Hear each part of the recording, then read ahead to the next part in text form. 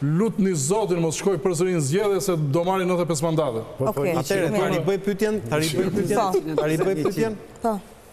Koston e madhe të kësaj situate nuk e merr Partia Socialiste. E marrin qytetarët shqiptar. Dakord. Kjo është e sigurt, me këtë jam dakordën. Partia Socialiste nuk ma kosto dhe me shumë gjasa dhe po të bëhen zgjedhjet, po të bëhen ashtu siç u bën herën e fundit, Thusësh ta përdorësh gjithë administratën, ta përdorësh për hesap fushatës PS-s, futesh gjithë krimin organizuar edhe të vjeli vota andej këtej, me shumë gjasa merr prapë 83 vota, jam dakord. Nuk jam shumë i sigurt, po nuk është se do dalin në opozit. Por problemi është se çfarë kosto paguajmë ne të tjerët, çfarë kosto paguajnë qytetarit shqiptar.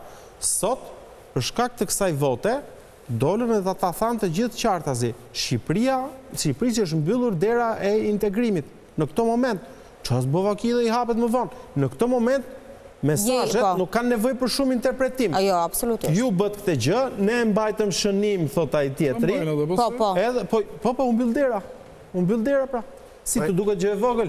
Profesor, pra i atë ka dashur më për të mbyllin derën, se mos kujtohet se ai ka qef që të shkojnë në Europë. Jo, për atë tash unë besoj që s'do të punë. Por Rama e dinte Rama që do ishte ky reagim ndërkombëtar? Patjetër. Sepse fakti është që përfaqësues të ambasadave apo edhe të vendeve të tjera kanë pasur takime në SPAK gjatë kësaj kohe dhe janë treguar të është përpjekur ta shmang këtë gjë, qartazi, është përpjekur ta shmang këtë gjë. Daljet që kanë ka shumë dalje ka dëshirë që unë nuk jam me këtë teorinë që nuk jam dakord, se kam dëgjuar që Rama nuk e do integrimin se në një Europë do t'i kërkoheshin shumë më tepër llogari etj. Ke në Europë edhe vende që kanë probleme me korrupsion. Rama qoftë edhe për eko personale do donte që ta bënte. Nuk i besoj asaj gjëje. Nuk e përjashtoj, por nuk i besoj vetë për shkak mendoj që ai do të donte. Për egon, si thua ti, po dhe për ta pasur argument kryesor se fushatën e fundit zgjedhore me atë ngeli. Siç do i thoshte shqiptarëve, do luftojmë korrupsionin që të qeshnin gjithë. Po, ndoshta premtonte ujë prapë dhe drita. Mirë pra, domethënë, unë mendoj që por çështja është ashtu. Rama tani ka ngelur në mes të 3-4 zjarreve.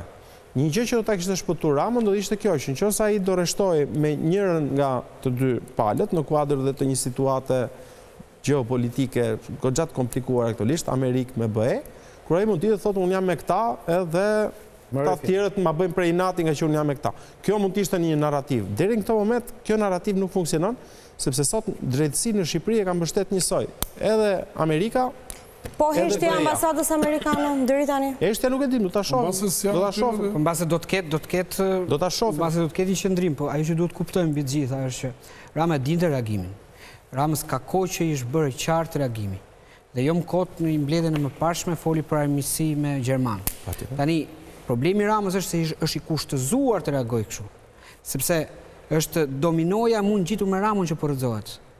Kështu që ai efekti domino do ta kap Ramën dhe nganjëherë të korruptuarit kthehen në diktatorë dhe kthehen në njerëz të cilët nuk lejojnë asgjë të mund se kanë frikë, nuk kthehen se duan.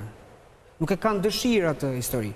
Dhe ato kthehen se kanë frikë dhe këtë prishje marrëdhënia e di që do ndodh, por është i kushtëzuar sepse dominoja më e madhe ngjitur me atë se po rrëzohet, që do të thotë që dominoja e radhës është Rama. Çka që thjesht si diskutim. Dhe është i kushtëzuar të mbajë këtë qendrim. Tani këtu pyetjet janë, a do të ketë një reagim edhe më të fortë të qytetarëve, të gjithë partive opozitare, të shoqërisë civile së bashku me faktorin ndërkombëtar, televizia apo jo? Unë besoj që do të ketë. Do të shikojmë. Do ta flasim. Do të jetë një moment i dytë. Mungesa e Spiropalit sot në seancë, por edhe e Xhafajt gjithashtu. Mungesa e Xhafajt unë nuk do e lidhja në fakt me qëndrimin që zoti Xhafaj mund të ketë ndaj çështjes Balluku. Burimet e mia më kanë konfirmuar mbase nuk di se ai sakt mund të jetë, por zoti Xhafaj kishte disa ditë që mungonte në jetën parlamentare.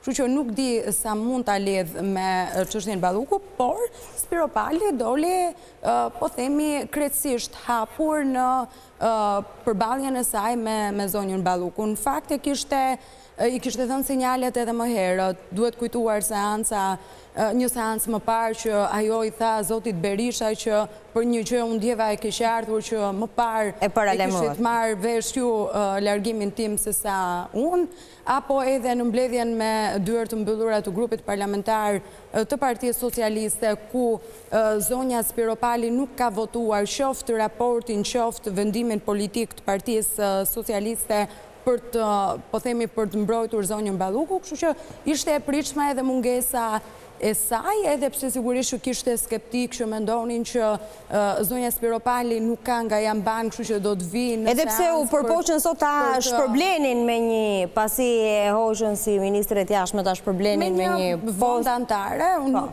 në komision nuk di të them nëse ky është shpërblim apo ulje më teshme e figurës Spiropalit, sepse një njeri që ka ambicje të mdha për qënë pjesë e kabinetit qeveritar, një vënd në komisionet parlamentare, me gjithë respektin, po më duket